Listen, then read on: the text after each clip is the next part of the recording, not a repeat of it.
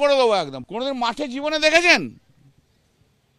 অলিতে গলিতে মাঠে যত হচ্ছে ওদের অফিসে বসে আর প্রেসের কাছে আপনাদের কাছে এসে বড় বড় বক্তৃতা। আয় না একবার বক্তৃতা দিতে আমাদের এখানে, আয় তুই শ্রীরামপুরে বলবি।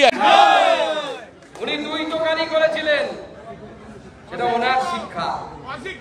উনি কার কাছ থেকে শিক্ষা পেয়েছেন সেই শিক্ষা নিয়ে উনি আমাকে দুই দোকানি করেছেন। আজকে আমি ওনার মন্ত্র দিয়ে ওনাকে বলছি, কল্যাণ কল্যাণ ডাক পারি, কল্যাণ গেল কার বাড়ি? বুঝতে পারা যাচ্ছে না তো? পেয়েছেন?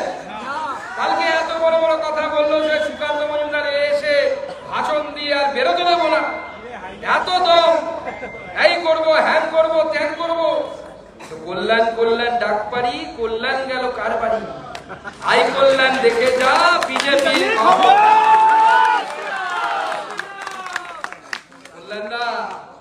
আপনি আমাকে তুই তুকারি করতে পারেন, আমি আপনাকে দাদাই বলবো, কোনো অসুবিধা নেই। কারণ আমাদের নরেন্দ্র মোদী এই শিক্ষা দেয় যে রাজনৈতিক বিরোধিতা থাকবে, কিন্তু আমরা শত্রুতার নীতিতে বিশ্বাস করি না। কিন্তু কি হয় আমরা জানি, কুকুর মুগুরে ভক্ত, তাই তো?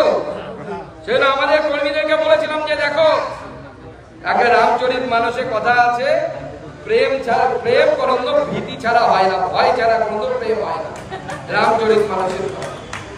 তাই আমার কর্মীরা আজকে ঝান্ডা মেরেছে, তার সাথে সেটা তৈরি হয়ে থাকুন। এখন থেকে ভোট কি আর দিয়ে গেলাম, এই ঝান্ডা আর ডান্ডার বাণী তৃণমূলকে শোনাতে হবে।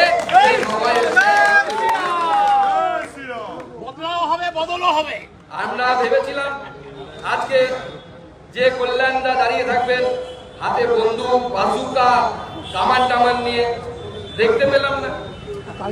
আমি তখন বারবার রাস্তার চারদিকে আস্তে আস্তে দেখছিলাম, কোথায় কল্যাণদা, কোথায় পাচ্ছি না খুঁজে। কল্যাণদা কল্যাণদা বলে চিৎকার করলাম গাড়ি থেকে, কোথাও খুঁজে পাওয়া যাচ্ছে না। আপনার ভাষাতে বলি, আপনি তো বলেছিলেন লোকসভায় দাঁড়িয়ে গোটা ভারতবর্ষ থেকে আপনার দিকে হেসেছিল, কি হলো আপনার?